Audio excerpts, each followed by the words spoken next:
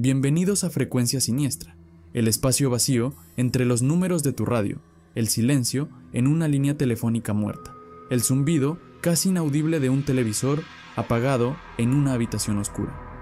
Vivimos rodeados de ruido, pero rara vez nos detenemos a escuchar la ausencia de ruido, la estática. Los antiguos decían que la estática era el sonido de los dioses susurrando, otros, que era el eco del nacimiento del universo. Pero, ¿y si es algo más? ¿Y si esos canales muertos no están realmente muertos? ¿Y si, en el vasto océano de señales perdidas, algo está intentando responder? Hoy no contamos la historia de un fantasma en un castillo, no hablamos de un monstruo en el bosque, hablamos de alguien que sintonizó la frecuencia equivocada, en el peor momento posible. Hablamos de David. Nuestra historia comienza el 17 de marzo de 1987. David era un radioaficionado, tenía 22 años. A diferencia de otros jóvenes de su edad, no le interesaban las fiestas ni la música popular. David amaba el éter. Vivía solo en una casa antigua a las afueras de Oak Haven, un pequeño pueblo rodeado de bosques densos. La casa había sido de sus abuelos. Era un lugar aislado, perfecto para su afición. Su habitación favorita era el ático, un espacio lleno de equipos, transmisores, receptores, metros de cable y una enorme antena en el tejado. Para David, la radio era magia. Era la capacidad de hablar con un extraño en Japón o escuchar una transmisión de noticias desde Australia. Era una conexión con un mundo que se sentía a millones de kilómetros de distancia. Pero esa noche era diferente. Una tormenta eléctrica masiva, la peor en una década, azotaba a Oak Haven. La electricidad iba y venía. Las líneas telefónicas estaban muertas. La televisión era solo nieve. Mientras la tormenta rugía afuera, David hizo lo que siempre hacía. Encendió su equipo.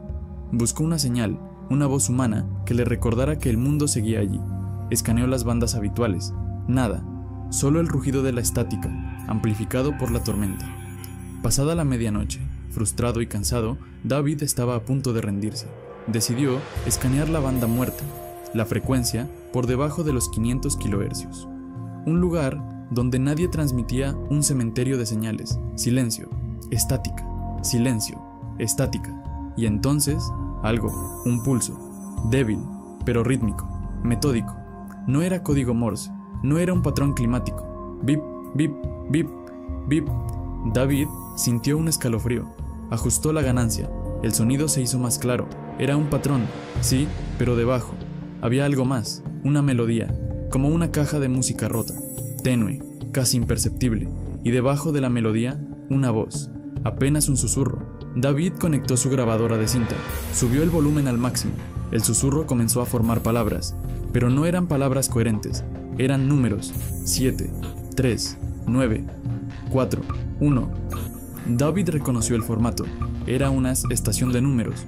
Una transmisión de espionaje. Se sintió emocionado. Había encontrado una. Grabó durante casi una hora. La tormenta amainaba, pero la señal se mantenía fuerte. Inusualmente fuerte. Luego, la voz cambió. La voz dijo: David. David se congeló. Su sangre se convirtió en hielo. Soltó los auriculares. El corazón le latía en el pecho. ¿Había sido su imaginación? ¿El cansancio? ¿La estática jugando con su mente? Se acercó lentamente a la radio. El patrón de números había vuelto: 7, 3, 9. David apagó el receptor principal. La habitación quedó en silencio. Venía de los cables, de las paredes. El aire en el ático se volvió pesado y frío, un frío antinatural que calaba hasta los huesos.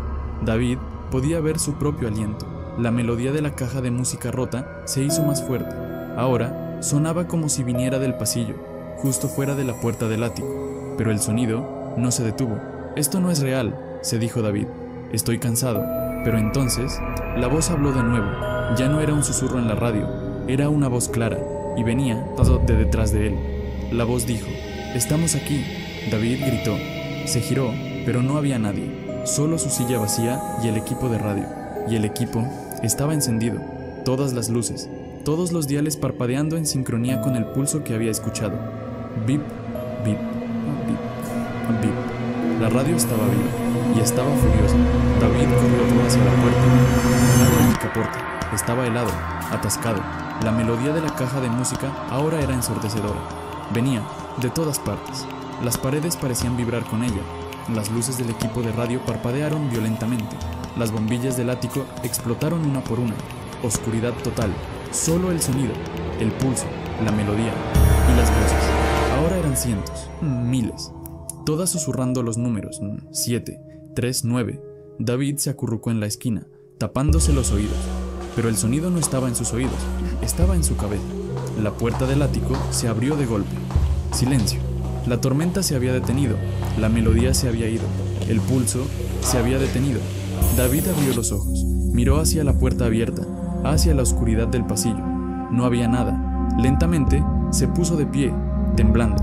Había terminado, caminó hacia la puerta, miró al pasillo, vacío. Se giró de nuevo hacia su equipo de radio y en la pequeña pantalla de su osciloscopio, donde antes solo había una línea verde, ahora había 2 palabras, escritas en la luz verde. Debemos. Nadie volvió a ver a David. Cuando la policía finalmente llegó a la casa 2 días después, alertados por los vecinos que no lo habían visto, encontraron la casa vacía. No había signos de lucha, solo un ático en completo desorden, equipos de radio destrozados, bombillas rotas y un frío antinatural. En pleno verano el informe oficial dijo que David se había ido, que había abandonado la casa, pero los locales, ellos cuentan otra historia.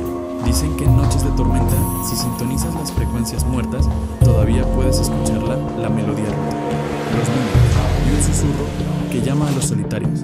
Gracias por sintonizar Frecuencia Siniestra. Y un consejo: si esta noche escuchas estática en tus auriculares, no subas el volumen, no intentes encontrar el origen, apágalo, porque puede que no estés listo para lo que está al otro lado.